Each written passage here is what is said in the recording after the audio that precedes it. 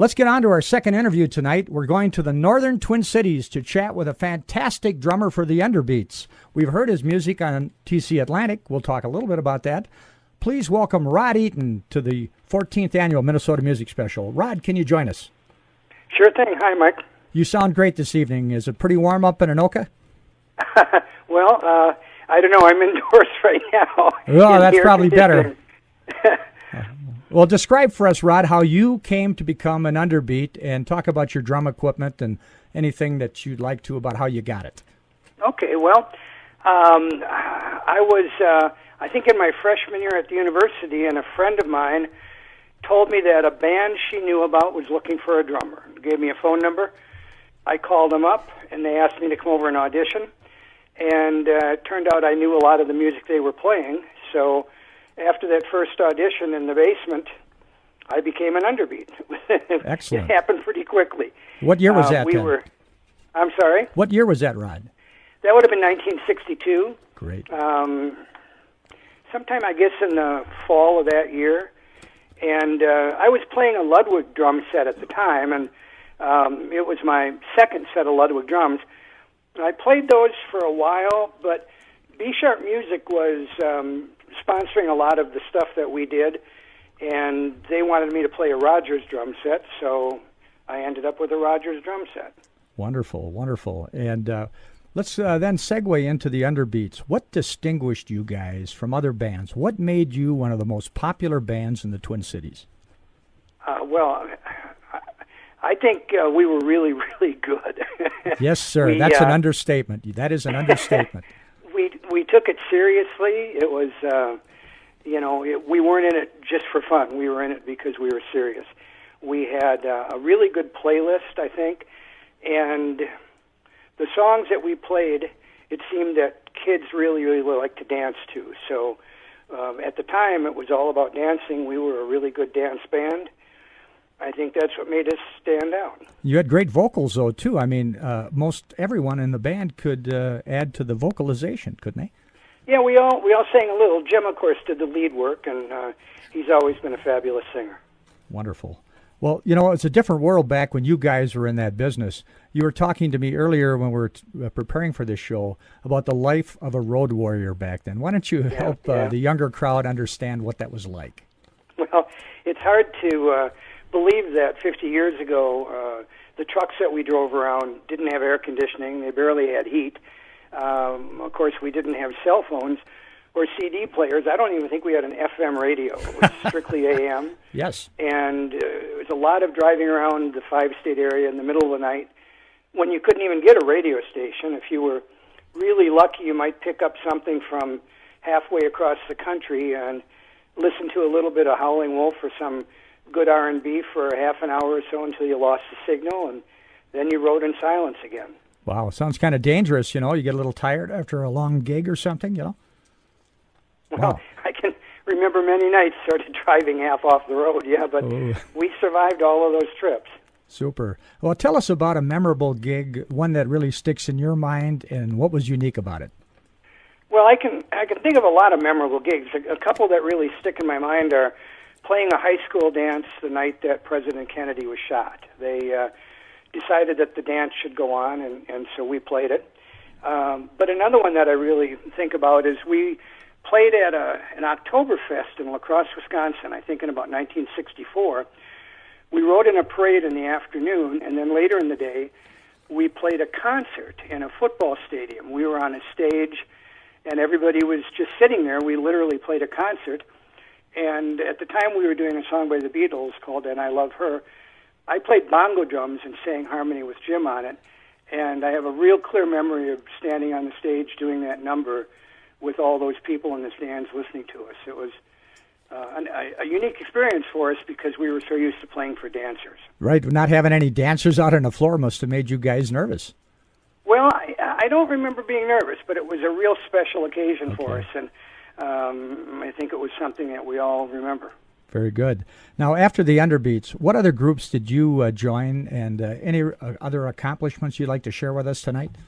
Well, I went pretty much right into TC Atlantic and stayed with them for quite a long time, almost 4 years, I think. And Of course, that band was very popular, too, did a lot of recording. And for much of that time, I worked at Dove Recording Studios as an engineer and got to work with a lot of regional bands, recording their records and so on. That was a fun period of time. Tell us about the artwork that you did for the CA Quintet. I think that's a remarkable tribute. For their album Trip Through Hell. Yes. They recorded that at Dove, and I don't really know how it came about, but we were talking about what the album should be like and how it should reflect, the sort of psychedelic nature of their album. And I suggested an idea to them that they liked, so I sort of designed it and worked it up, and then worked with a local photographer to do it, and it seems like that album cover has become kind of a famous thing. I know people still talk about it, and of course the record itself is quite a collector's item. Yeah, if there are anyone listening tonight that has that CA Quintet LP, that's thousands of dollars if you have a very clean copy. That's what I hear. Brad, maybe you got one in your closet. I don't think I wish I did. I had a mint version of it in the shrink wrap that I sold about, 35 years ago probably. Wow. But I wish I'd hung on to it. Rod, are you involved in music at all right now? No, not really. I very rarely play. When I was working for Target stores, I had the opportunity to work with a lot of performers, everybody from Amy Grant to Aretha Franklin, and that was really exciting. I was in the recording studio with a lot of famous people in country and rock and pop music, so I felt like I got to use some of my background in my work, and that was really a lot of fun. It was fun meeting people that in some cases were my heroes. Well, Rod, you're one of my heroes, and I was very pleased to see you at the Electric Fetus that night for the Rick Shefchik book signing. Everybody's heard about the bird. And as we close, I'd like to personally thank you for your contributions to the success not only of the Underbeats, but also the production of Minnesota and Upper Midwest music at Dove Studios. We're going to hear more songs that you engineered tonight. And in tribute to you, we've got a twin pack of your favorite Underbeat songs we're now going to play. We'll start out with Sweet Words of Love, the one that you and Jim Johnson sang at the Everly Brothers concert in Mankato at the Cato Ballroom. And then also we're going to then segue after that, after the top of the hour, right into Foot Stompin', which caused the ballroom floors to shake. And also, right after that, you beat your toms and the dancers stomped, and then the floors may have fallen in now and then. Well, that's how the story goes, yep. Sounds like it's true, though, right? Well, the floor definitely did fall in at Excelsior, and it seems like just about everybody in the world was there that night, if you believe what they tell you. We were definitely there that night. I can't tell you for sure that it happened when we were playing Foot Stompin'. Well, that's certainly a memory that we all talk about, whether it's an urban legend or not. It did happen. But by the way, before we sign off and get to your music, Tony Andreessen said, be sure to greet Rod Eaton and let him know that Foot Stompin' is his favorite Underbeats smash hit. And as a personal tribute from Tony to you and the Underbeats, he wanted to add his endorsement to that. So thank you again, Rod, for joining us tonight. You're welcome, Mike. Thanks a lot. Let's go to Sweet Words of Love.